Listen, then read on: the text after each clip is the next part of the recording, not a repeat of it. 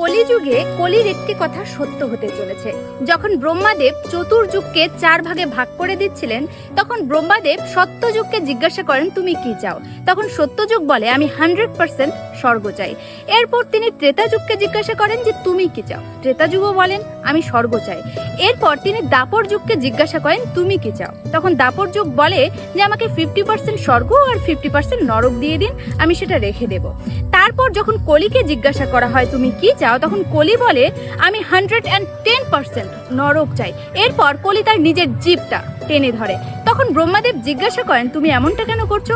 তখন কলি বলে, কলি যুগে এটাই একটা মাধ্যম, যেই মাধ্যমে মানুষেরা পরমাত্মার সাথে লীন হয়ে যেতে পারবে, কিন্তু সেটা আমি হতে দেব না।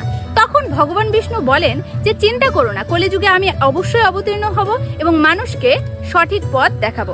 তখন কলি বলে ওঠে, আমি আপনার মতো দেখতে 1000টা দাঁড় করিয়ে দেব, আপনার মতোই দেখতে হবে, আপনার মতো কথাও বলবে, কিন্তু অসৎ পথ দেখাবে। আর বর্তমান যুগে আমরা সেটাই দেখছি, অনেক সাধু বেশি ধার্মিক ব্যক্তি তো দেখতে পাচ্ছি, কিন্তু তারা কি আসলে আমাদেরকে 100% সঠিক পথ দেখায়? আপনারাই বিচার করুন এবং আপনাদের মতামত কমেন্টে জানান। হরে